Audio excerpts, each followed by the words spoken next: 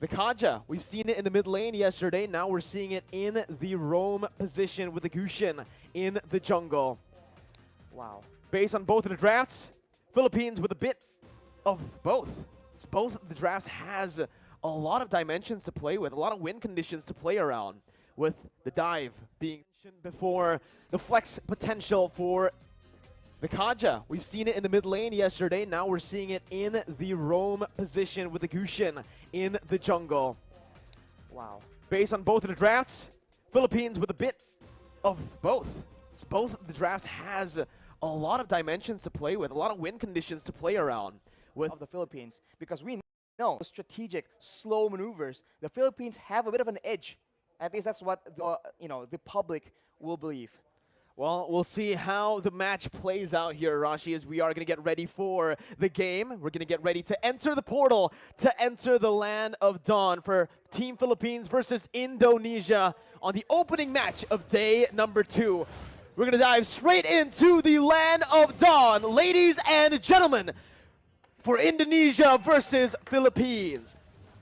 Wow. Honestly, the early game is going to be so important here, because at any moment, right, any one of these teams, they can actually get an advantage, and if they do, both Indonesia and Philippines are notorious for taking that kind of lead and actually using it as efficiently as possible and punishing every single mistake. And if they do that, they can set the tone for the mid to late game all the way since as early as the 2nd or 3rd minute.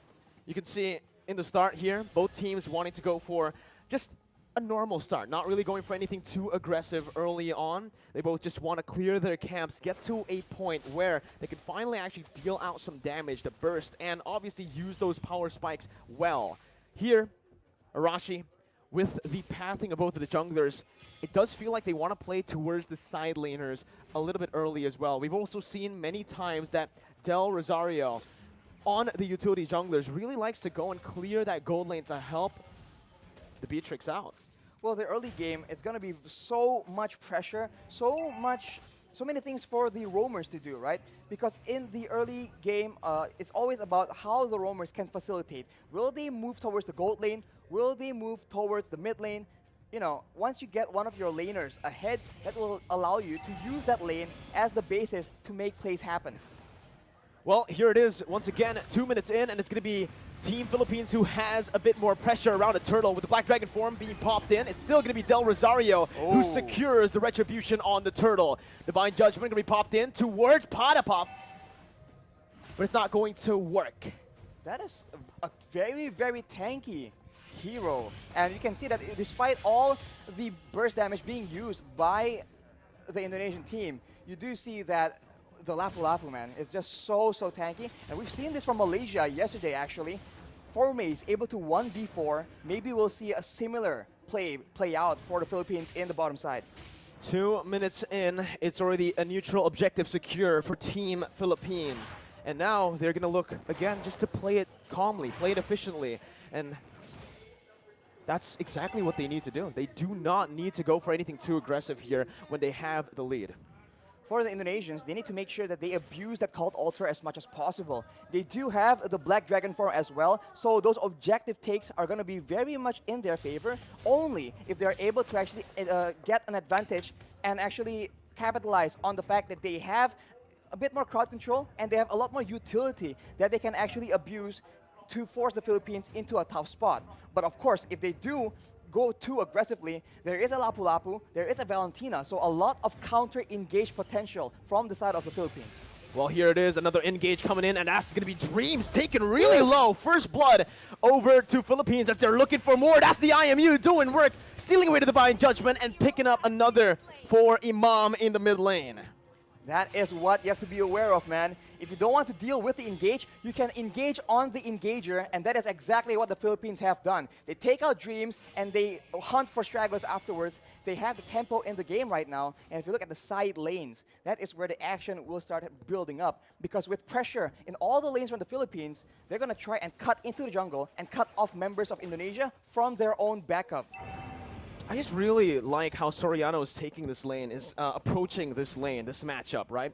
Up against the Melissa, he knows exactly that he is going to lose out if he goes for these trades, if he goes for these 1v1 duels. So what he does is he swaps over to the Bennett just to clear out the waves, rotates over to help this team, and simultaneously gets even more gold because they're trying their best to actually funnel as much towards Soriano.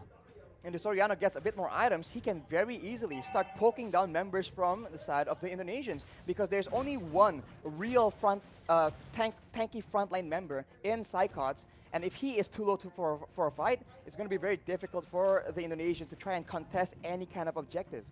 Well, ladies and gentlemen, here, Villa Luna in the gold lane. They're looking for some plays here up in the gold lane. The gold lane for sure has been the target for a lot of players, but here we go, they burst passion. Soriano picking up a kill, and now Dreams is going to be very, very low. Gets out just barely here, but you can already see the cut coming in from Del Rosario over the top side. There's going to be flickers over under the tier 2. Dreams not using flicker just yet. Very wise to save that flicker, as he did have a bit of backup.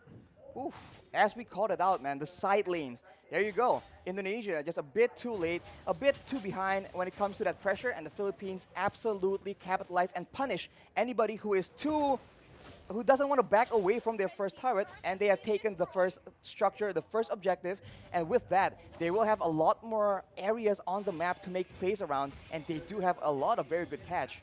This is it, Arashi. This is the meta that we have been mentioning about. The ultimate bonding experience where they group up as 5 into the mid lane. They start to just put in a lot of mid pressure so that they can actually have more room to play in the side waves. 4 members grouping up and always just dap-a-dap in that XP lane solo. Villa Luna right now, though, has completed that Radiant Armor. That item reduces damage when it comes to multiple instances of damage. So against a Faramis, against a Kaja or the Gusion, it's going to be very good, but look at that. Big potential over to Del Rosario, and he comes in using so much damage with Appraiser's Wrath, taking back a whole lot of HP and outplaying the situation, turning it completely around. It's looking bad for Indonesia, as that's going to be the 3rd turtle over to Philippines with no trades on the board, no turrets, no kills so far. They put a trigger on that play with the objective to try and force the Philippines' hand, but instead the Philippines has all the answers. A tanky front line, 2 tanky front lines in fact, and a lot of utility to ensure that their member stays alive, and afterwards they can just chase and take out members of Indonesia one by one, and even then, they go for the pressure, and it seems like the Indonesians, they have to try and make a huge play happen, or a massive pickoff, but it's going to be very difficult because the positioning from the Philippines is way too good. The setup, the positioning, and the trigger instantly onto Psychots, picking him up, baiting Indonesia over to that bottom side to pick up a free turret and 2 free kills in the process. It does feel like so far in this game, the Philippines are a step, maybe even 2 steps ahead of Team Indonesia, as Dream's going to get knocked up. Imam looking for that follow-up, just to zone Indonesia away from the tier 2 as they look to start sieging down on every single turret. The damage difference right now from both teams is just so difficult to deal with. We mentioned how there's only one real frontline on the side of Indonesia, and look at what happens to him in a big fight. He gets taken out. The cult altar is so non-existent. The Philippines are able to just burst through it and go on with their day. Soriano right now with the Malefic Roar completed. That is a lot of penetration on top of the already insane amount of damage and burst that the Beaches can bring to the table. This is what Philippines loves to do when they're ahead, right? They use the distraction that is Dapadap, who's practically currently unkillable on that Lapu-Lapu. They use him as a distraction in the side lane, solo, picking up a turret. Meanwhile, they set up on the other side. Usually, they like to play on the opposite side and use the conceal to catch the enemies off guard. But there, you can see, again, a curveball thrown over to Indonesia. Or maybe Indonesia have done their research onto how Philippines likes to play with the lead. They take another step ahead, and they think 2 steps ahead of Indonesia. Right now, again, it's going to be Divine Judge onto the frontliners with a lot of the resources burnt out. It's going to be Cyclops who jumps in and finishes off Soriano in the back lines, splitting Philippines in 2. Imam now flickering out, getting to safety, but all that was for the Lord. It's a 2-for-1 in the end. 2 kills over to Indonesia for a Lord take. Arashi, who's it worth for? Oof, I think considering the fact that the Philippines are so ahead and they are focusing now more than ever on taking all those structures away from Indonesia, I think the Lord will be very, very beneficial. Unfortunately, they lose their gold leaner as well, which is not ideal. But if you take a look at the items right here, he is on 7,300 gold. As we mentioned, BOD and straight to a Malefic Roar, ensuring that anyone getting caught in his ultimates will get absolutely decimated. What's another thing that I want to mention is the fact that the kill, 2 kills that Indonesia picked up earlier, was onto 2 members with no bounty. There was no shutdown there. So even though Indonesia were able to find some kills, it was just normal gold. It wasn't the added gold that we usually see. And they get the Lord for that. So if it was a shutdown, I would actually say that Indonesia definitely came out on top in terms of value. But here, Taz might actually be caught, forced to use that ultimate defensively to get out. And everyone is from the Philippines is available because the death timers are very, very short, and they are going for a siege here where Indonesia don't have a lot of tools to try and counter the poke damage. Slowly but surely, the Philippines is chipping away at the structures and at the EHP bars of the Indonesian players. It's a good defense by Indonesia. They're able to minimize their losses here, only losing that tier 2 in the mid lane for now. But Brands is going to be zoned away from that mid lane. Philippines looking for that, but look at Psychots with the Petrify. He's able to find 2 on the flanks. Psychots absolutely massive as his engage has started a war that Indonesia can finally win here in this game. 3-for-0 trade as Indonesia look to climb, to crawl themselves back in this game. Blink and you'll miss it. An engage that gave way for Indonesia to take 3 kills for a trade of none. And along with that, Taz is able to secure the purple buff from the side of the Philippines as well. So now they have a momentum. They have recovered a bit of that gold difference. Only 2K right now. But the Philippines, they are still in the lead, and they are no stranger to these late game situations. Dreams opening up the map just a bit. Going to be chunked down by Del Rosario, but he is going to be able to back off without having anything taken away. Honestly, looking at it right now, Rashi, Indonesia, their main win condition, we thought it would be Brands on that Melissa. We thought it was going to be the Gushin on the hands of Taz, but it's actually Psychots, the man that has been doubted so many times by everyone. By the public. I mean, this man has had a very lackluster season in his last performance. That was a performance in the last season, actually, rather. But here, knowing that Indonesia are relying very, very heavily on a very reliable engage. His Yuzong has been critical, but after 2 engages, will Philippines fall for the same trick twice? Divine Judgment over the Dreams. That's going to be the frontliner taken out. That's going to be that. Oh my god, so much damage onto the Lop. Unfortunately, won't be enough though. And now Indonesia, they're actually backing away, and it will be waiting for the Lord take. And Philippines, they are so good at the Lord dance. Going back and forth, waiting for their opponents to make a mistake, and with such a long range basic attack on their Beatrix, they can do better. That's what they were waiting for. The Black Dragon form now baited out. Psychots with a Petrify onto Soriano, who's forced to flicker out, but Psychots jumps in. 1v4, soaking in all the damage and sustaining back up. Top it up, gonna be taken down by Brands, and that's another kill over to Indonesia, who were able to play with the death timers of Dreams really well. With him now respawning, they've taken back the lead if they actually can secure the Lord, which they should be able to. Free Lord over to Indonesia. They're not stopping just yet though. Concealed play from Indonesia. They back off. Back off for now, as the orange buff will be contested as well. So the Philippines are now on the back foot. And if we look at the composition, in a way, right, in the big team fights, there's a lot more DPS and utility available in the hands of the Indonesians. After that play, they go for the purple buff as well. And the Philippines have a huge problem on their hands. The Black Dragon form lasts for way too long. The Guiding Wind was used to try and buy some make some distance, buy some more time, but it was not enough. The Philippines must come up with a different solution, a different answer. A momentum shift in the 13th minute of the game. And now it's Philippines who have their backs against the wall with the Enhanced Lord marching in that top lane. Evo's legends here, Team Indonesia, are going to look to try to siege them down. Psychots once again with a Black Dragon form as Del Rosario tries his best to keep Psychots at bay.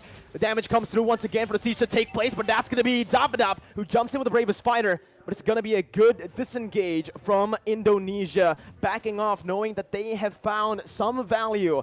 They've taken every single tier 2 except for the bottom lane. And look at how Psychos is playing around with his Petrify, man. He goes in for the Black Dragon form, but he doesn't always use that Petrify. And when you think about it, the Petrify is what makes these engages so dangerous. It guarantees the Furious Dive knockup, and that is what allows Indonesia to just be a lot more elusive. And as we talked about it earlier, this is what is so dangerous. They can feint around, act like they're about to engage a fight, and then back away. The Philippines need to identify the right moment and then adjust accordingly. Do they want to go and fight after the Black Dragon form is down, or do they want to just stall? Villaluna with that circling eagle over the branch, but it's going to be baited in with the cold ulcer placed as well. Soriano targeted by the flanks, and that's going to be Taz who picks up the Beatrix. Soriano taken down, Brands in the midst of it all, still life stealing with his fire! Bro! It's massive!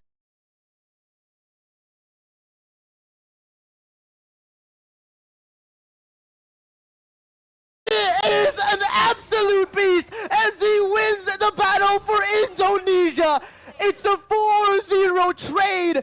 Indonesia with a comeback here with the tides turned completely. Only Villaluna left to defend with the mini wave crashing in. Villaluna going to be brought back by the Shadow Stampede. Villaluna outside of the base, and Indonesia with the Divine Judgment onto Villaluna will go for the base to pick up the first game of the series. Oh my god, what an upset! It looked like the Philippines were going to cruise to an easy victory, but the Indonesians pull through.